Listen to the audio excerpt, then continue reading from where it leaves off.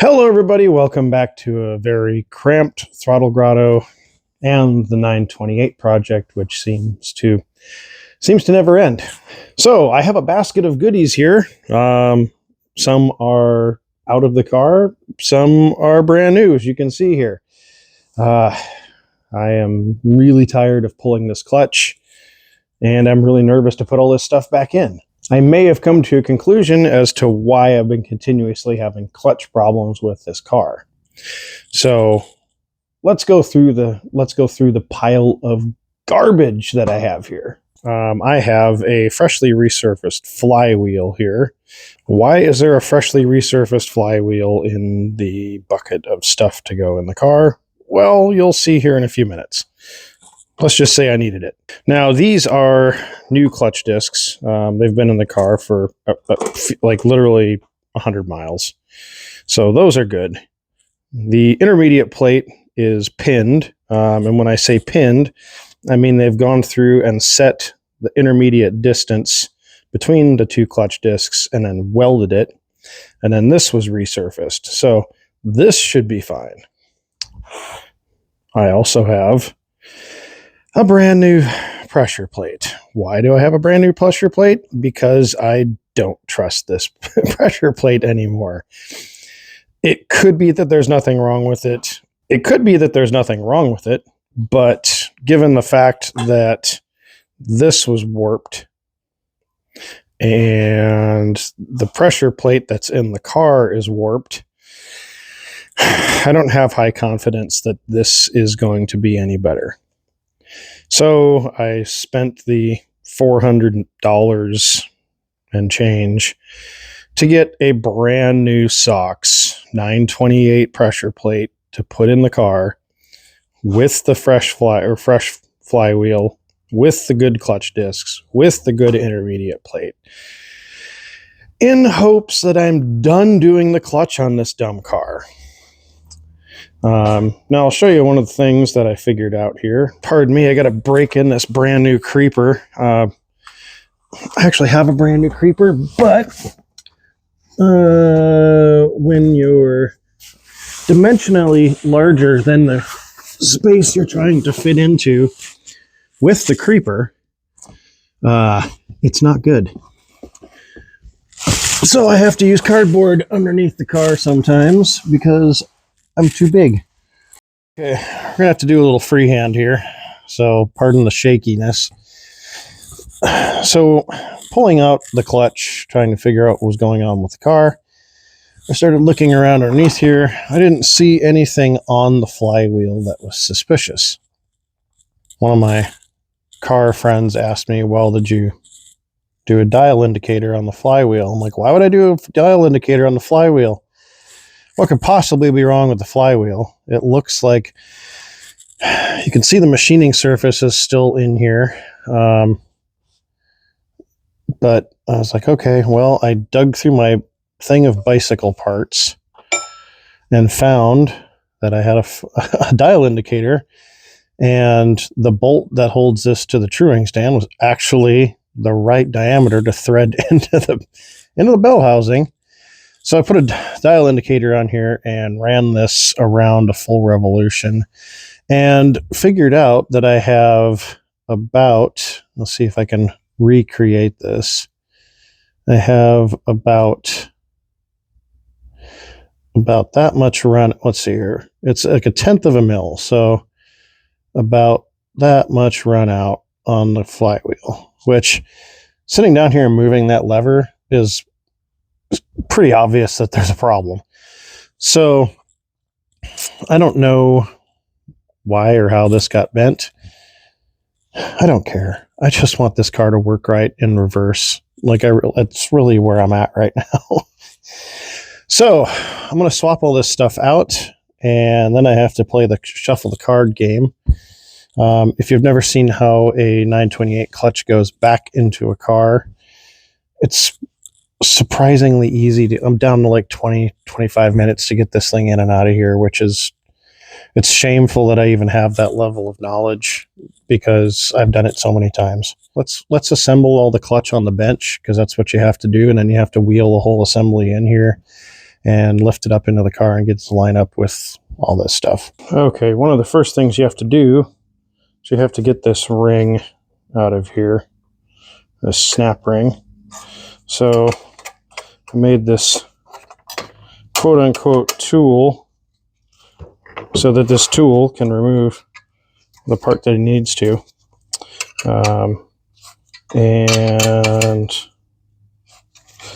I don't think I'm going to have to compress it a lot.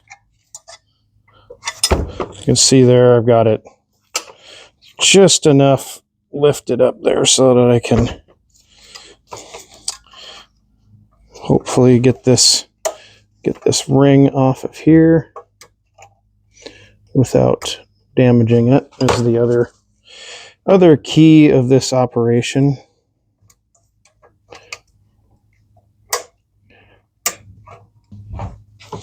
Also, a pre-broken screwdriver will help out a lot.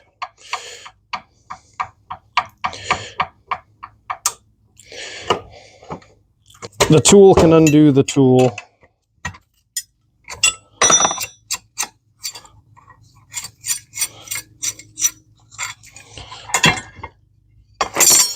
And then this whole piece will just slide out of there, and that comes off of there. And then we swap out the pressure plate.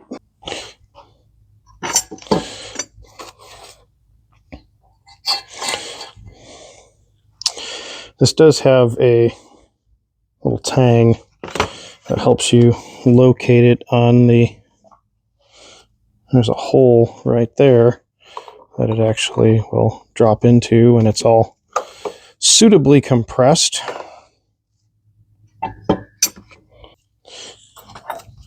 Really working with the finest things here. Okay, so I've got that back together. I know where my thing is that I have to line up. I'm going to put my wrench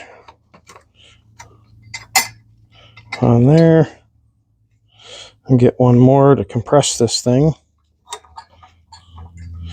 So you can see I've already got the ring on there lined up with the tang.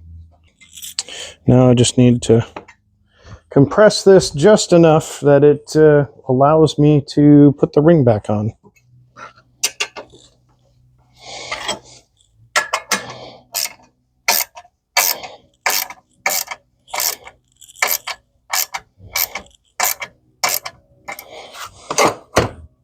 All right, that's all back together. And of course, wipe it down with a little bit of brake clean just to remove any solvents or oils that are on here before we put it in. Okay, the next step is to add a clutch disc. Now this is a twin disc setup. The other disc will go on the back side of here. Once I add the input shaft. Normally there are like a shorter and a longer clutch disc snub, and this is an aftermarket clutch disc setup, so or remanufactured, so it doesn't have that. Yeah, I think the longer one goes to the inside, the shorter one goes to the outside, but according to the remanufacturer, this is acceptable because they are the same size, and I don't know why. Okay, I'm clearly not doing well today. I put it all back together. I put the guide tube on backwards, so that set me back some time since I had to pull everything back out and put the guide tube in the right way. I don't know what I'm thinking. I'm tired. That's what I'm thinking. Anyway, the car's back together. I need to put it on the ground. And I got a bunch of junk to move here. So I'm going to move the Datsun, put this thing back on the ground, and then I'm going to start the car and back it out of the garage, and we should know immediately if the clutch is fixed or not. Because reverse is the gear that is the most pronounced of when there are issues with the clutch. Maybe that's not the case on other 928s, but this one.